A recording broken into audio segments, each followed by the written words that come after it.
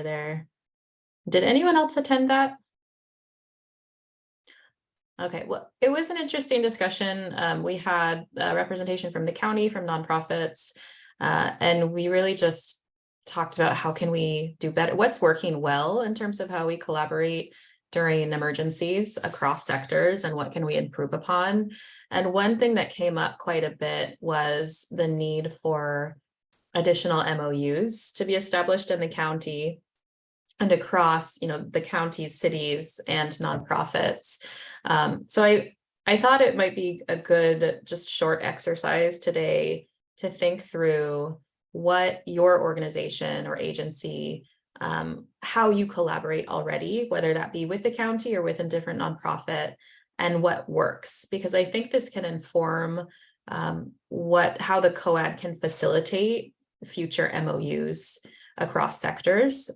So if anyone has an idea to shout out, I would actually love to go around, because we have such a small group today, and just think about, like, who are you collaborating most with on a daily basis, and what works and what doesn't, and how, like, think in the background too, how could an MOU, how could something written improve that coordination further? Jennifer, I see you nodding. Would you like to go first?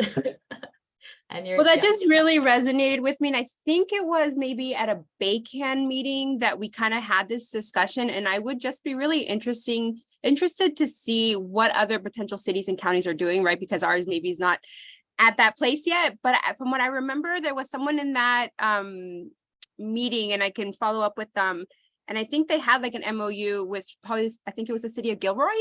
And they shared really how like they could quickly activate because they had that. And so I'm wondering if maybe we could start reaching out to seeing like what is other cities and counties doing, because I think that also pressures ours, right, to be like, hey, Santa Clara County is doing this, why aren't we, right? And this is how this was what worked and what didn't, to hopefully like leverage that to say like this is something that can be done.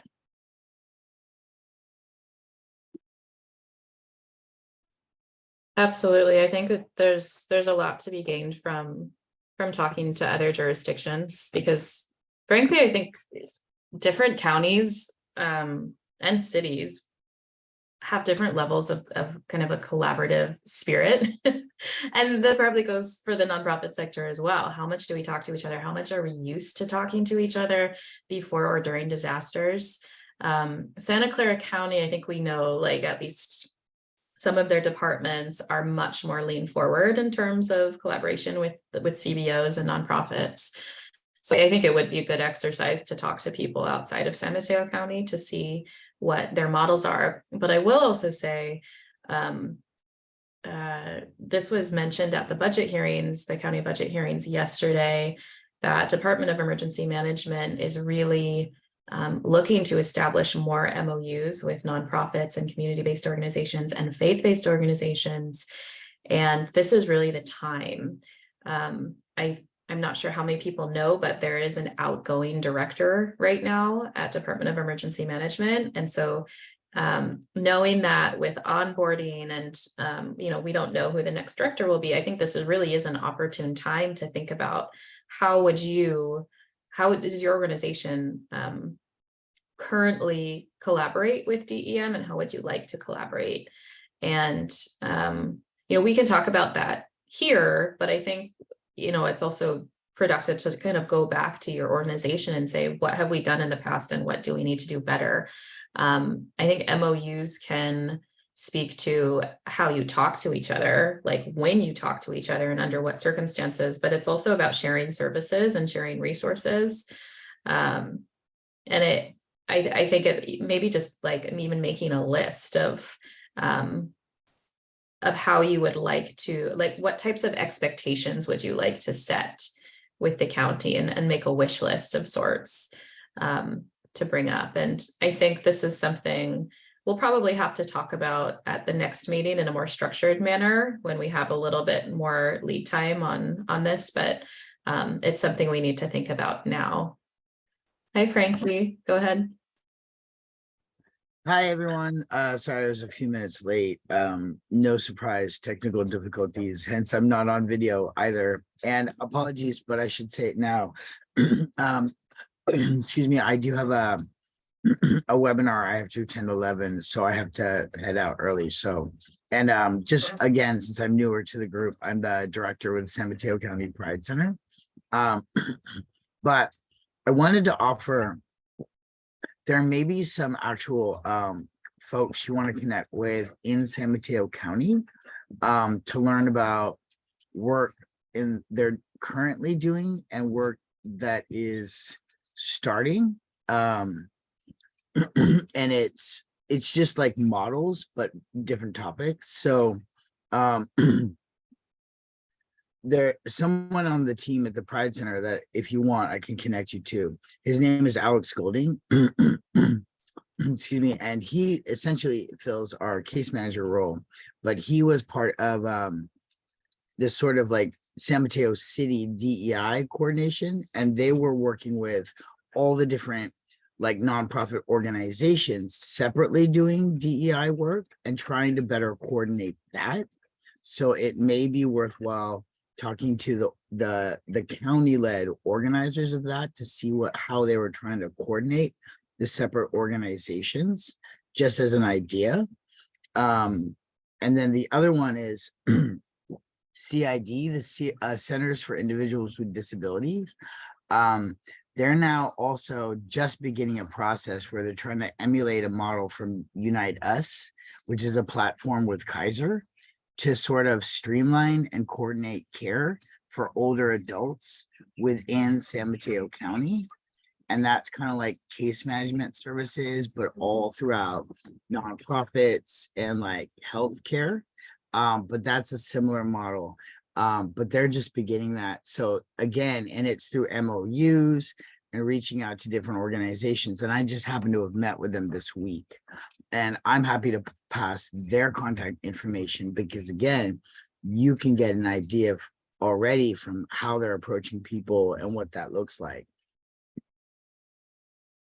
Yeah, thank you, Frankie. Would you mind, I mean, you can either put it in the chat, but I would love if you would send me their contact information. I have CID's contact. Is There are Paul two specific individuals with this starting this pilot project. So I can connect you to them too. Okay, yeah, thank you. Do you want to move to the next slide, actually? Okay, and just I wanted to put this resource back into the spotlight here, but SF Card, which we've been working on with on several of our trainings this year, already has a template for an MOU. It's quite basic, right? And you can add detail to it certainly, but it doesn't have to be complicated and it doesn't have to be anything scary, right? But it essentially just lays out who your partner is, who your point person is, and what your expectations are of each other during a certain type of event. And I think it's not contractual. It's really about just establishing some institutional relationships instead of just having, individuals within organizations kind of more informally call each other when something happens. I mean, look at what sector, there's a lot of turnover in the nonprofit sector. We can't rely on individuals necessarily to connect across organizations and disasters. So making sure that institutions themselves have that relationship and doing that through something signed. That's just, if anyone would like this template and you don't have access to it already, just either email me or you can put a note in the chat and I'll make sure that I email you a copy of this. Okay. Anything else on MOUs or any questions about DEM's plans, which I don't have that much information on, but I can share what I have before we move on. Right. Okay, let's go ahead and move on to the next slide. Okay, so today it's a little bit like resource and event announcement heavy. The first, and then we will get to partner announcements if you have anything to share out, but some high priority stuff right now that Thrive Rise is working on is a co-ed services map. We've been working with San Jose State University since, well, I think since, what is the spring quarter, on developing basically a nonprofit landscape map for San Mateo County. So kind of conceive of this as both disaster applicable and looking for specific services during disasters, but also in non-disaster times, just getting an idea of who does what, looking for services for everyday disasters, social, like basic safety net needs. And they're going to be finishing this map in July, and I wanted to get the group's first impressions of it, in terms of usability, in terms of, will this be easy to use, right? Is this accessible? So I would like to share ideally, we have a little bit of time to just talk about it in group, but I think you can also just take this home. And if you have comments or questions, you can email me them directly. But while we have this great group of students for us, and they are able to make changes, I would like to get kind of some other people's opinions on usability. So I just put the link in the chat. Again, the purpose of this is just to find out who does what and be able to contact them relatively easily, so that you can get what you need in a disaster or in non-disaster times. It's not exhaustive of every single nonprofit or faith-based organization in the county, and that's something that we'll work on over time. But I would consider this initial list as pretty core. That said, please feel free to give me any comments that you have. Could you, is it possible to just click on one of the numbers and demonstrate what it is you are illustrating? I mean, yeah, I mean, I'm sort of getting the drift here, but what does each number provide? Yeah, let me actually do a live demo here. Can everyone see the map?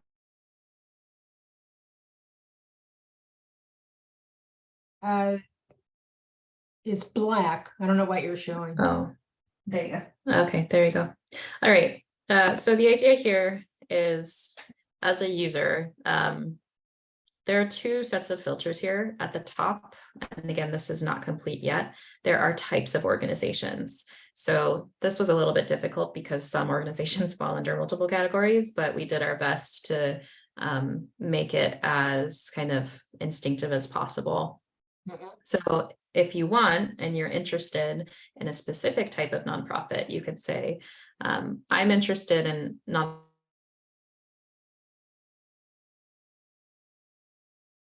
this should filter, and I think this is quite slow, right?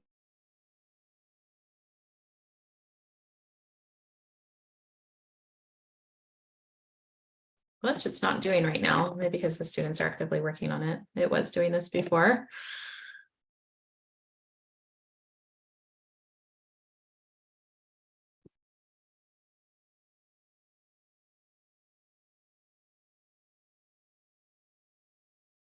Okay, there we go. So the numbers that you see on this are actually clusters of organizations. So they don't mean anything beyond count. But if you continue to zoom in to a particular area, they should begin to disaggregate. And if they don't, then what you have to do is click on the feature itself and uncluster them. They're in the same building and have the same address. That happens a lot with government agencies as well, at county center and at cities. So this is kind of something, I wouldn't call it a bug, but I do agree that it's clear in the instructions. But once you get into the cluster of what's there, you can see 4Cs is one of the organizations there. And then you get a pop-up. And on the side, I have to actually move my Zoom stuff to see this. On the side here, you can get some information about 4Cs. So you can go to their website, you can look at some of the basic services that they provide. And there's actually some additional data that's associated with them that isn't currently viewable in this little carousel. But it is, we can kind of play with what's available depending on what users would like to see when they go into any particular nonprofit window and look for information. So right now it's essentially their contact information. It's their physical address, it's their core services provided, and then a link to their website and their phone number. You can also browse through, it says 2 of 18 services here. This is all 18 nonprofits in the map, in the whole map, that are categorized as children and families right now. The other thing that you can do in the map is zoom into particular jurisdictions or communities. Not all of them are incorporated.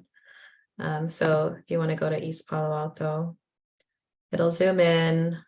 We might have the geography, like the actual polygon of the city, pop up eventually, but this is really just to help people orient themselves. Get an idea of how many nonprofits are serving different parts of the county. They're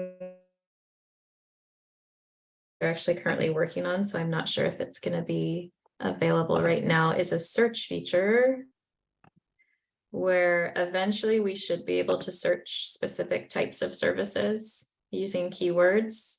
And well, this is the address and place. So this is the search for a service provider. We should be able to search things like clothes or clothing and get a specific list of organizations that provide that particular resource or service. And this is something that we'll need to crowdsource to make the map as good as possible. So eventually I'll be asking every organization on the map to give a more comprehensive service list and any keywords they'd like associated with their organization, because we're doing best guess right now. We're working with students in Santa Clara County for this, who, actually a lot of them are not from the Bay Area. So we're doing our best to make it as functional as possible, but it will be the most functional if each organization says, this is what I want associated with my feature. Great, thank you. That was very helpful. Yeah, Jennifer. Yeah, thanks for sharing this, Anna. I think the other thing, just thinking about like the community that we serve, and sometimes like not being so tech savvy, right? This could be potentially a barrier. I know this is like just the first start, right? I'm wondering if maybe in the future we could somehow set it up as a story map. So like it kind of really can, spread things out to being like, you share the map again, and just the filter where it's just like children and families, and they can click that, right? So it becomes a website within using this. So I'm wondering if that could be helpful too in the future, because then you could provide more updates, resources, even like links to other things outside of just the map. And it could be a whole like living website specifically for like disaster. Yeah, I agree actually. And so one thing to note is that this particular map was designed with like an organizational audience. And it's not to say that community members couldn't or shouldn't have access to it. But if I were to design something for the community members, exactly like what you said, we would probably use a different interface, and story map might be a better one to use, just depending on what we think the general interest is. And I would imagine that for community members, our number one thing would be community services, and possibly like throw in children and family, where there's a lot of overlap anyway. But this one, and I'm hoping, this is what I'm hoping to ask here today, like as representatives of organizations, do you feel that this is accessible to you? Do you feel like this is something you could use? And if not, how can we make it better? Because we have an opportunity to make it better while we have students still working on this.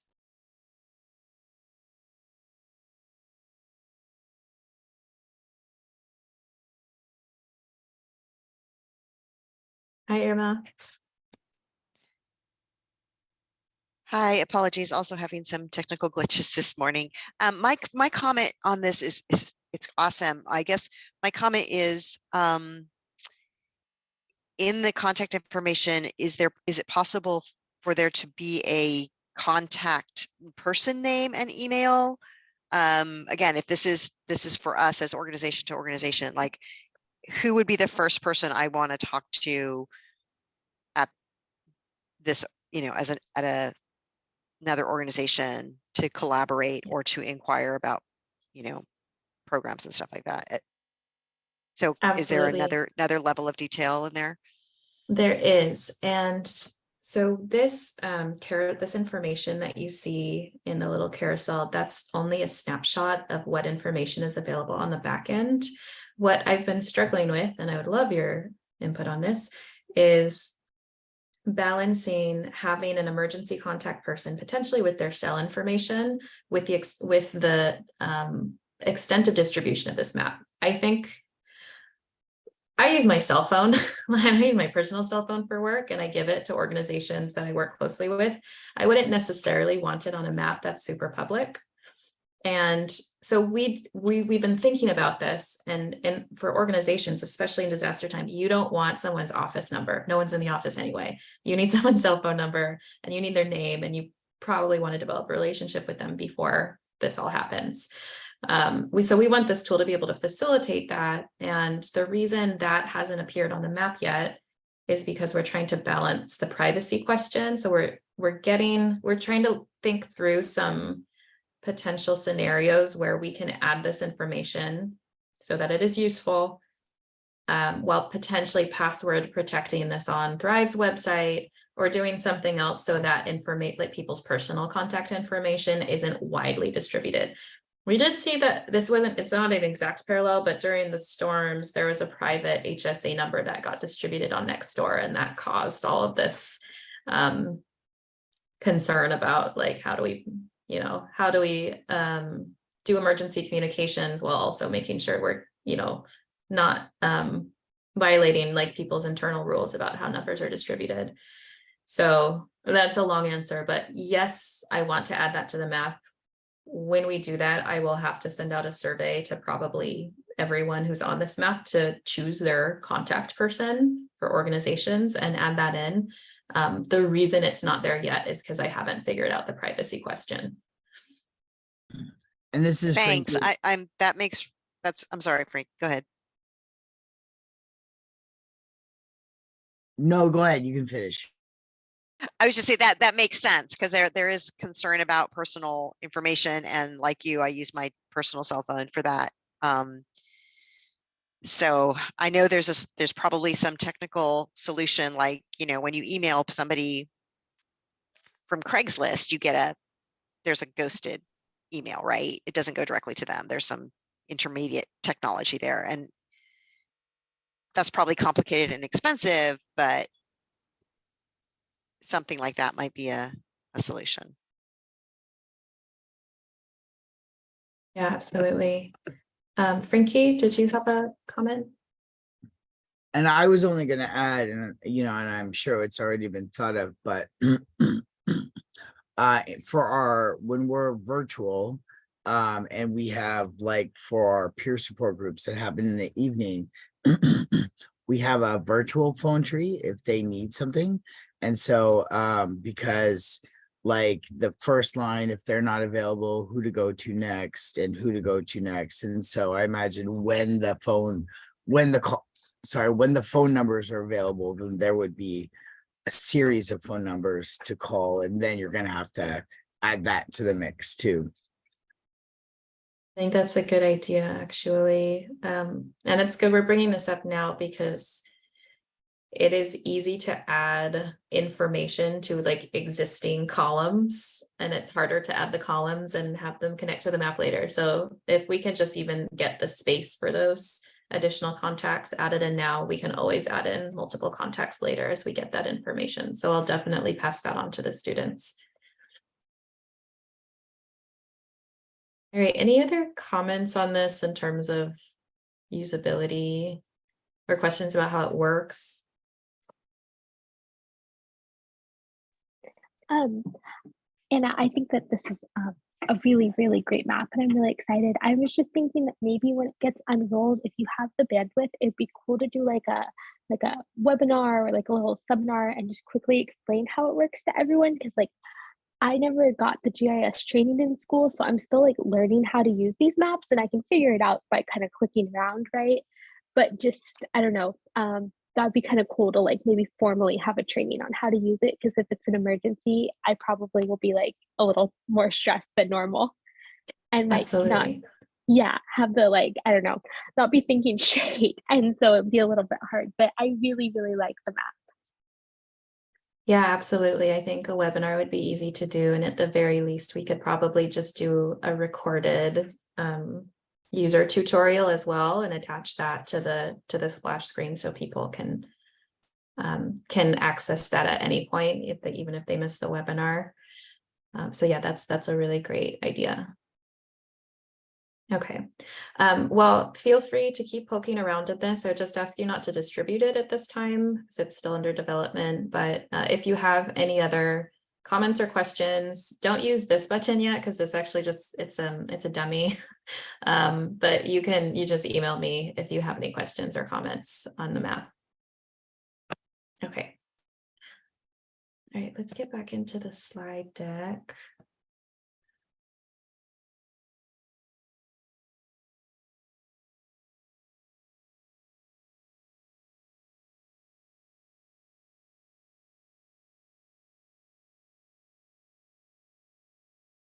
Okay, I wanted to open the floor to anyone else who has any announcements about what your organization is up to. Doesn't have to be disaster related, can be anything. Now is your time. Raise your hand or just come off mute. Yeah, Libby. Well, as I said at the beginning, I'm with Elders Action Network, which is national, and we focus a lot on the climate crisis. We have lots of webinars and information about electrifying everything, plastic, food, everything that's related and connected to the climate crisis and systems. You know, it's where you can't solve one thing without solving many layers of this system, from good governance and equality and social justice issues as well. So because we're national, and you all are so busy with, you know, putting on local events and everything, I just wonder if there's a way, because you don't have to be an elder to benefit from some of the Zoom programs we make public for anybody who's interested. So I just would wonder if there's a way I can let you know what webinars are going on that might be connected and related to all the things that we worry about here in San Mateo County as well. You know, just so that people have an opportunity to dive into some additional information. I think absolutely. Yeah. If you have any events or resources, we're always happy to push those out to other members. Right now we operate on a bi-monthly newsletter and we're kind of reconsidering how communications go out. Because sometimes, you know, if we wait too long, it's like a lot of events have passed already and we didn't get the opportunity to publicize them, but we're balancing that with not wanting to clog people's inboxes.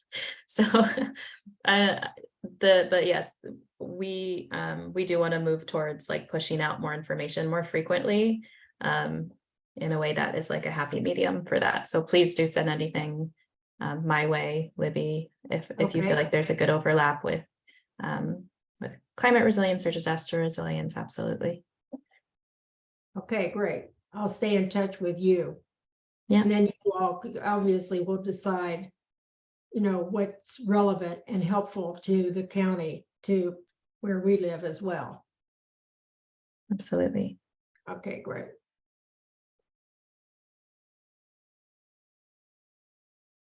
Any other organizational announcements?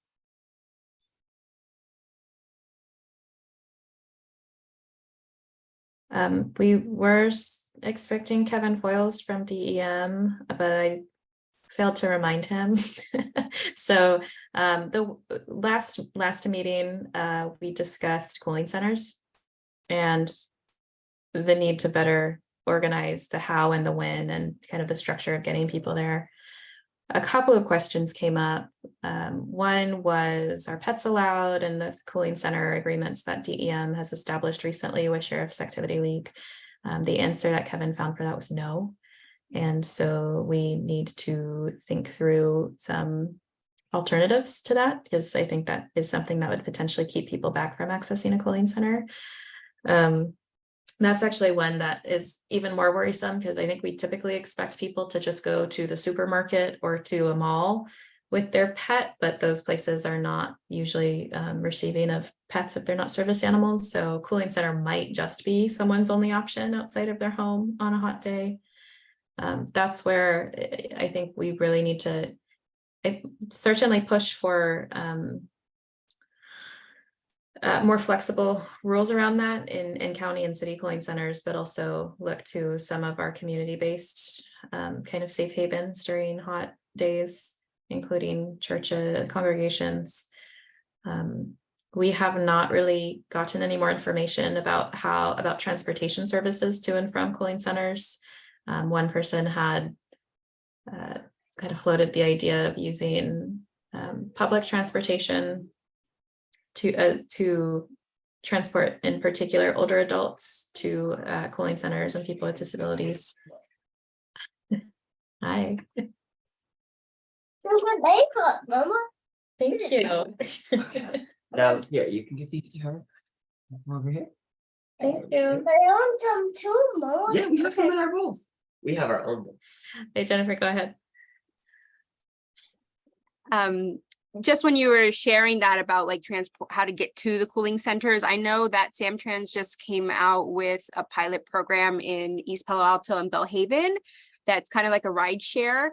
So that potentially for those two communities can help serve that need. I think for the next 4 weeks, hopefully we don't have like, issues with like heating, but like with heat waves, but it would provide them free transportation. So just for anyone to know too right now, right, that's a right now for 4 weeks, anyone that's in East Palo Alto, Belhaven, to get around in those areas specifically, right, can contact, call. It's basically like almost like an Uber, right, Lyft through Samtrans, and it's like a van, and they come and pick you up and take you wherever you need to go.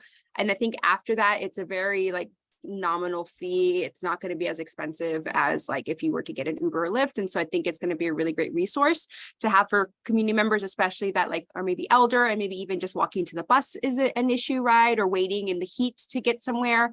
I think it's an awesome resource, and I do hope that they start, once they see that that might be a need and it's successful, that we start expanding it out more to the county. Yeah, that sounds like a really great program, Jennifer. Is there any background on how that program was developed or born? I'm not sure. I can definitely see if we have more information. I just know that we were sharing it out to our community. And it's Samtrans organized, or is it someone paying Samtrans to do it? Well, the vans themselves have Samtrans on it, so I think it's like through them directly that they're doing it. And Okay. if anybody else has more information, please share. Yeah. Amy? Hi, yeah, I wanted to go back to what you were talking about, like pets. I'm wondering, has anyone reached out to like maybe humane societies or SPCAs in the areas of some of our like near cooling centers or something? I'm just wondering if there's an opportunity to connect with maybe people who specialize in like pet care that might have, and maybe people can go there with their pets. I'm just not sure if that's been explored. I had not explored that before, and it's a good idea to just like get their opinion on it. They might have information or resources that we could benefit from in that case. I'll definitely note that and just reach out to someone there. Thanks, Amy. All right, any other partner announcements? All righty.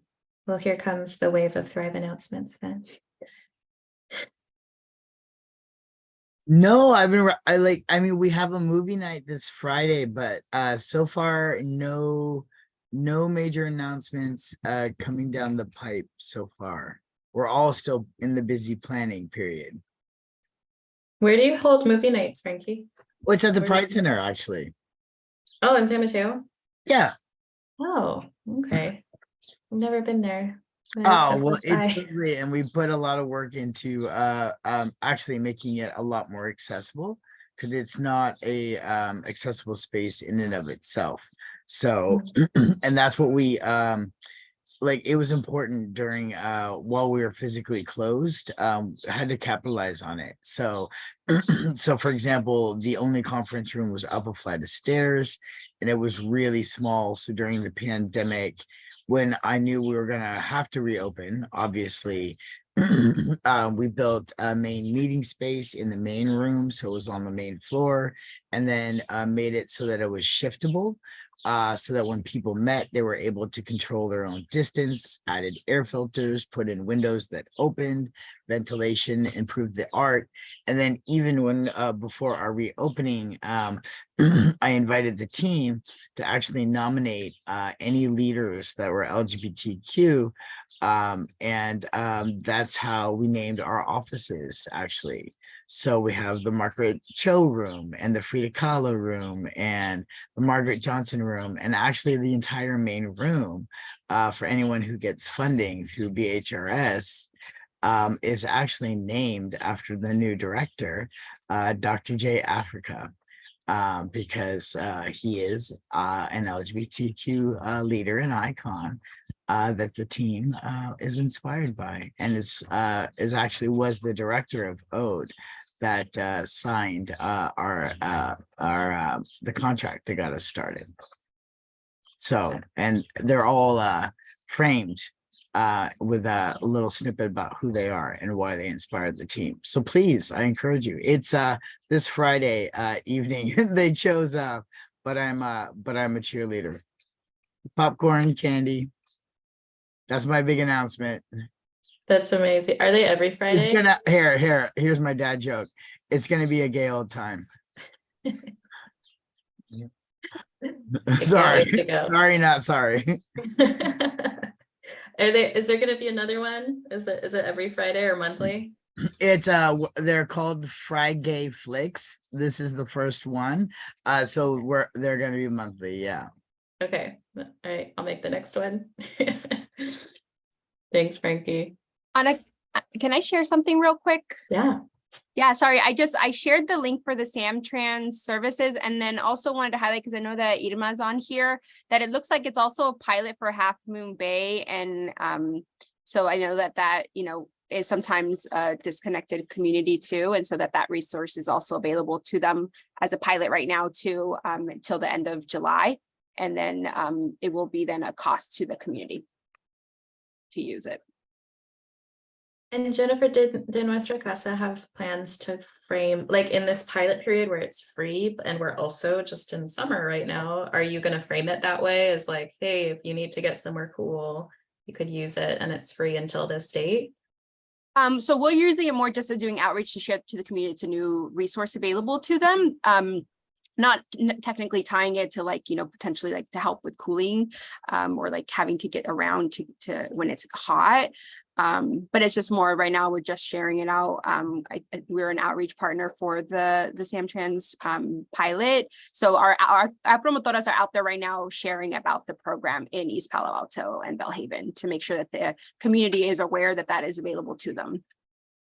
Yeah, that makes sense. I'm wondering, because I actually should have looked at the dates, but I know there is a period of hot weather coming up. I think it's next week. And I wonder if it's just maybe incidentally reminding people to connect those dots of you can use this to get to here. Not that we can anticipate what's gonna open in East Palo Alto, but when that information becomes available, potentially just helping people connect those resources. Yeah, it's an amazing program. I'm excited to look into that a bit more. Great. Petra, did you want to do the announcement for the pack?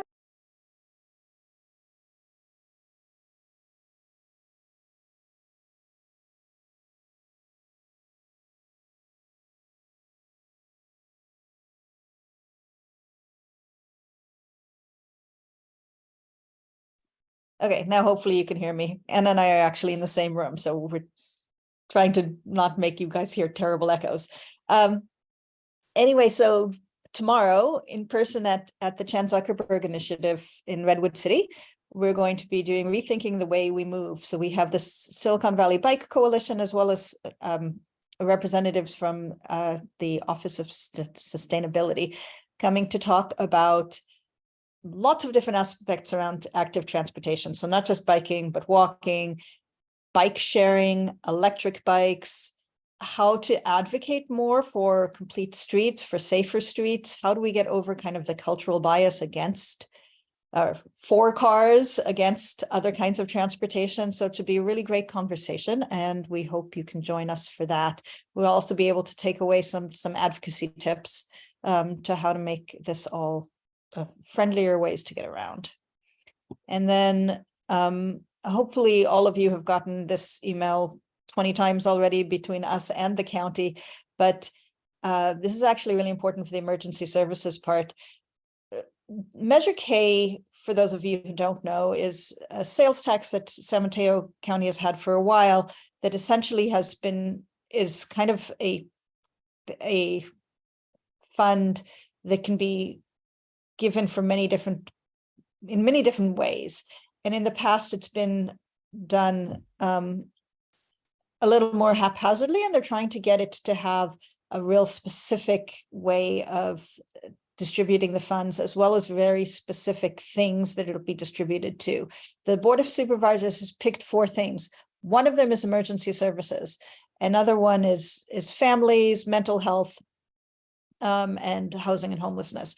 And they want to hear from nonprofits about how within those categories things should be prioritized. So this is an opportunity to go in and tell the county, this is what I think is most important within those 4 categories. And they'll be listening. We're going to have consultants who are going to be summarizing the information. So everyone's welcome for that. Registration starts at 8. There'll be a buffet lunch, and please join us. I'll let you take this one, Anna.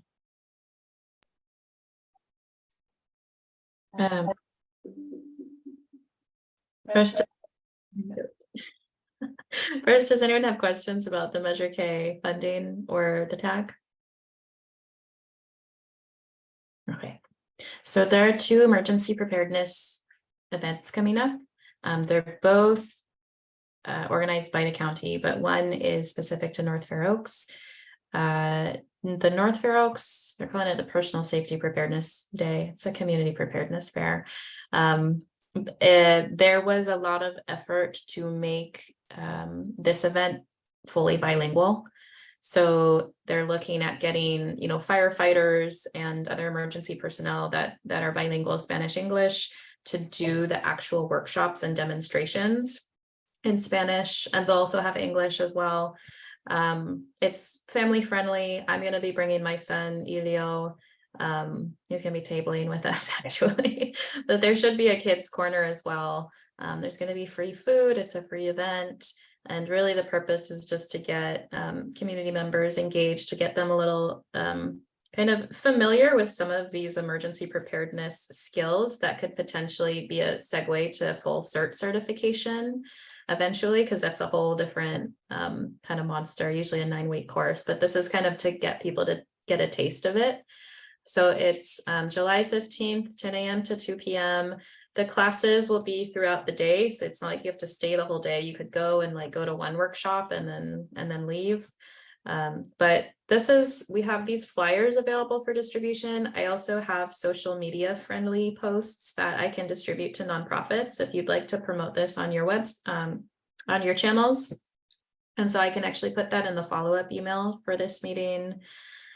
So yeah, if you have community members that you serve living in North Fair Oaks, I would really appreciate any outreach to them. We'll have CBOs tabling there, in addition to the fire protection district's emergency people. So yeah, this should be a fun event. Please come. And the next event is actually August 5th. This is kind of the county-wide disaster preparedness day. also put on by the Department of Emergency Management. They are currently still looking for nonprofits and community-based organizations, faith-based organizations, anyone who really touches disaster risk reduction or harm reduction. Go and table, go and have that FaceTime with the community. I think it's a really great event to participate in because it draws a good crowd. There's free hot dogs the whole day. And this is at the event center, but let me actually, when I finish talking, I'll make sure that this link is actually in the chat so that you are interested in tabling as an organization, that you can. It's just a good way to meet new community members.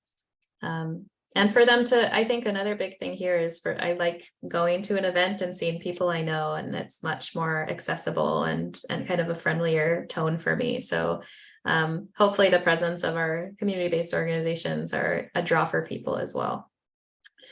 All right, any questions about those two events coming up? Actually, and I know you reached out to us, but when you're talking about crisis, it's a different kind of crisis, but very relevant. Have you connected with the crisis center? Yeah. Cabling? Yeah, I absolutely can. So you haven't? Okay. I haven't, no. All right. And I would love that contact too. Then I'll send that all in that same email. Thank you. Yeah. Yeah. And that's a good point. Traditionally, emergency management has been like a very siloed, like we do the response, we do the fire trucks, we do, it's kind of that big catastrophic kind of kaboom type of event that this type of preparedness fair focuses on. And when we think about community wellness and community resilience generally, it goes so much beyond that. It's about harm reduction, it's about mental health. There's all types of crises and everyday disasters that our communities face. So even if your organization isn't CERT certified or doesn't do communications around flooding, think about what you can offer at a fair like this. And I think it's helpful for the community too to see that a fair like this goes beyond fire trucks. It's really about whole community wellness, and that's what CBOs really bring to the table and bring to the event. Well, and quite honestly, as someone who's been dealing with crisis myself, the impact on the workers, right? You have the compassion fatigue, the experience, and then even the after effects, and the mental health impact of that. So it really is, I mean, crisis in and of itself definitely has that mental health impact, very much so. Absolutely. And I think that's forgotten a lot. So the more that organizations like yours can bring that to the table, and you also made a good point there, is staff are really fatigued as well. This whole past several years has been really tiring for the nonprofit sector and for the people in it. And so I am cognizant I'm asking more of them right now, but it is ultimately, right, kind of the goal is to shed more light on the issue and raise awareness about harm reduction, about mental health, and make sure that those are highlighted in the same conversations as wildfire and earthquake, because these really are everyday disasters rather than those really big shock events that come once in a while. Okay, so I'm going to remember to put that link in the chat. This is actually my last announcement. We have an upcoming training in August. Some of you attended a training back in March from SBP. They're a nationwide organization that focuses on streamlining the recovery process after a disaster. They did a really great Recovery 101 training for a lot of the CBOs that were serving impacted flood community members. And they're coming back in person. So that's the big difference this time. They're coming back in person and offering more training material, and they're doing it all on their own time. So we are helping them kind of coordinate the when and the where and getting the word out about this opportunity. The core training offering here is the FEMA appeals process, which is still relevant right now. So anyone who signed up for FEMA disaster assistance back in January, February, March, they have an 18-month window to appeal whatever decision FEMA gave them. As long as they got their application in on time, they're still eligible to appeal if they're unhappy with the amount they were awarded or with a denial outright. And so this could be a very useful training still for nonprofits that are directly helping community members navigate that process. The thing I want to highlight here, though, is that this isn't all about the storms. One thing that I heard a lot when we were doing these trainings the first time was, wow, this information would have been really useful beforehand. If only I had known this before we got started on paperwork, or, when we were first telling community members what to do. So I think we need to remember we live in a really hazardous area. We're entering an extreme heat and wildfire season. We're anticipating another wet winter. We're gonna see more of this. And so the more we can prepare ourselves, and I will say mitigation and preparedness are always our best bet, but assuming that we will have events we are not prepared for, understanding these recovery resources ahead of time is invaluable. So learning about the FEMA appeals process and application process before it happens, learning about some of these key components of recovery. One of those was mold suppression. Another was how to deal with contractors when you have damage to your property or your office. Like knowing all of these skills in advance when we live in San Mateo County, it's very helpful. So again, just saying this is still in a lot of ways relevant to the storms, but it's also relevant going forward because we don't know what's going to happen this summer or this winter. The other two training offerings here are a little bit more geared towards, I would say, potentially larger nonprofits and government, but I don't think it's exclusive to those groups.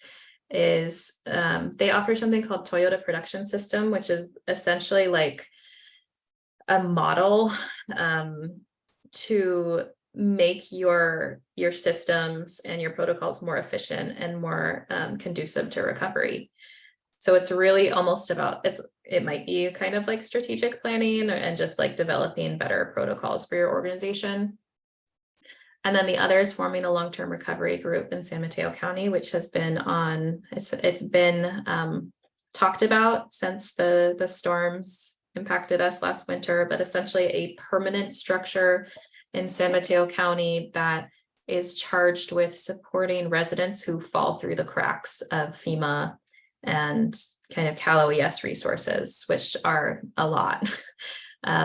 We currently have an external entity doing case management for storm survivors. It's Catholic Charities San Francisco. They have a 2-year contract, which they won't necessarily stay here doing that their whole contract, but when they leave, recovery is really a completely local process. And so having a permanent structure like a long-term recovery group in San Mateo County, that would be a mix of nonprofits and government and potentially private companies as well as a funding source, is something that can help us get back on our feet faster, something that can get us financial assistance to residents faster, to advocate for them, to change some of kind of county or advocate for changing county or city protocols to make recovery better for survivors. So SVP will be talking a lot about that and about the process for creating an LTRG. So that conversation's been started. Again, like we've been talking to the county about that the past couple of months, but nothing is certain yet. So these are the offerings. It will be August 8th. We don't yet have a location for it. It will likely be in Redwood City. So if you're interested, please save that on your calendar. It is all day, but you can pop in for different trainings. And that schedule will come out in advance, of course, so you know when to come. All right. Yeah, Jennifer, did you have a question? Yeah, I had a question just because this was something that we dealt with during the storms. Is this something that will also, I know that SVP. Yeah. I know that last time around they were able to do trainings in Spanish. will they have that opportunity in person? I'm just was thinking more of like our promotoras that are on the ground to get this training would be, I think, amazing. And I just didn't know if they would be Spanish trainings also available that day of. So I asked, and they all of their Spanish speaking trainers are in Puerto Rico, like last time. So they, but I did tell them, and because I heard this comment from the promotoras last time, that it was like, it makes such a huge difference just having the trainer speak Spanish rather than having it interpreted. But I think that might be our only option this time. And so what we were going to do is, I mean, Claire offered to Zoom in Monica, which that could be something. So we could just have a room where any Spanish speakers could just like go into a virtual training with Monica, but be there physically together.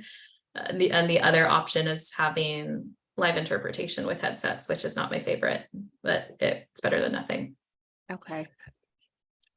So I'd ask you too, like what you think their preference would be. Yeah.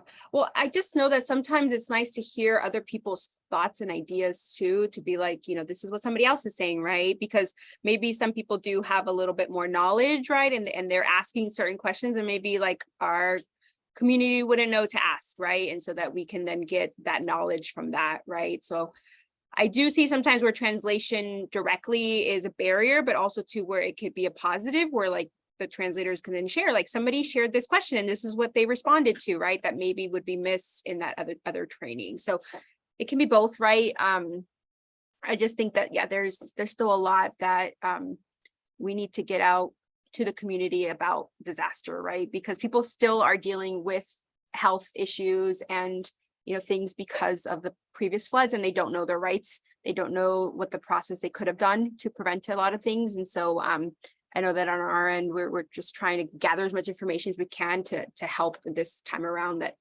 can minimize some of those issues. So. And this might be an aside, so I don't know if it will fit under SVP's typical training offering, but if at any point it makes sense to bring in someone from the state or from the county to talk about, the law around healthy housing and the rights of renters, if that would be useful to the promotoras, we might be able to find someone in Spanish for that. So if that's a real need, we should think about organizing that.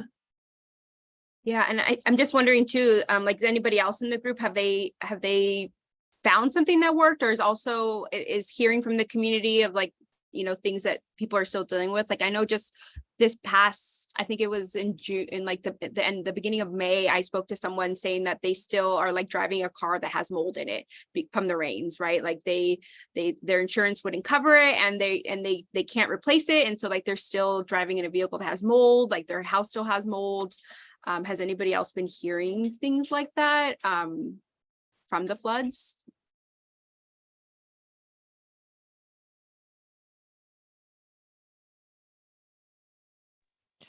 I haven't, but it wouldn't surprise me that there are people who are just like, they feel like help isn't coming, so they just are dealing with it. I think if we could do even 10% more in terms of offering resources and information, it would make a world of difference, right? We don't have to be perfect, but gosh, it would be great to be a little bit more prepared than we were last year.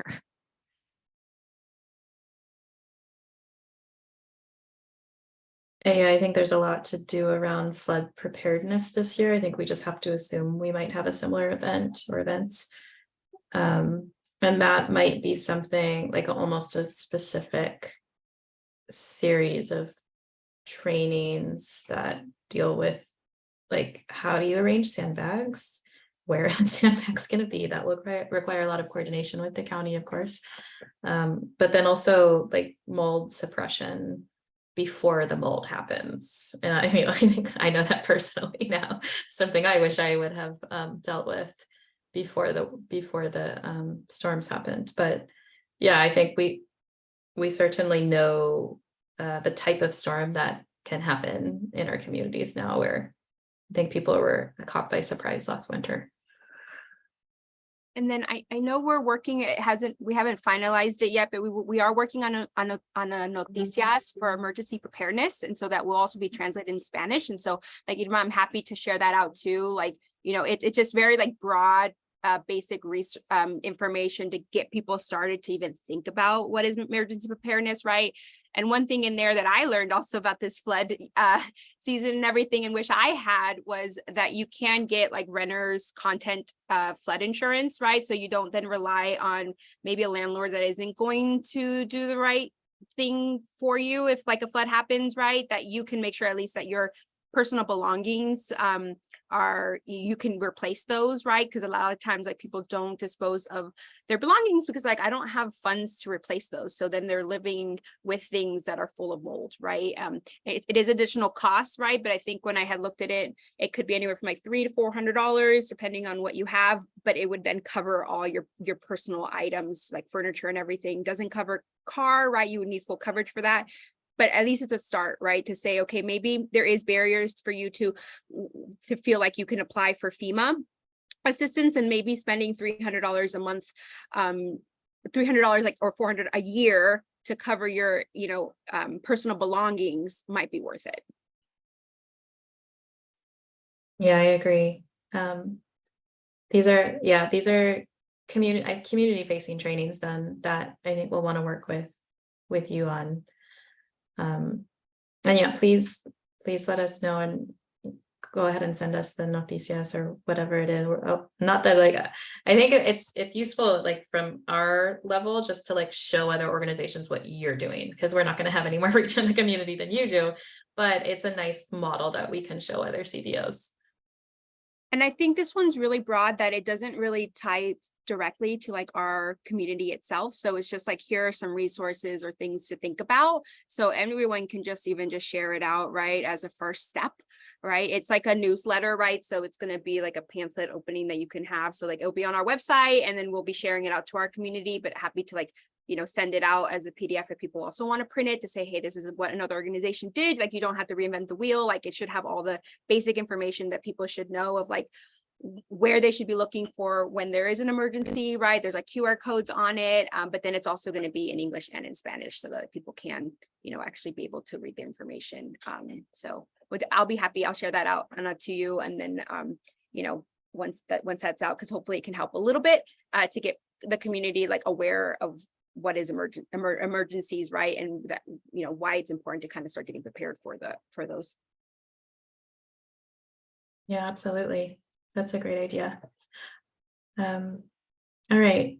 I think we might be able to adjourn early today. Give everyone a little bit of time back. So if no one has any other announcements or questions, again, go ahead and email me if you have any comments on the map or any resources, information you'd like us to push out to the rest of the co-ed. And I will put in the follow-up email the link to sign up for DEM. I did not put that in the chat, but I will put it in the follow-up email for everyone. Okay. All right, thanks everyone.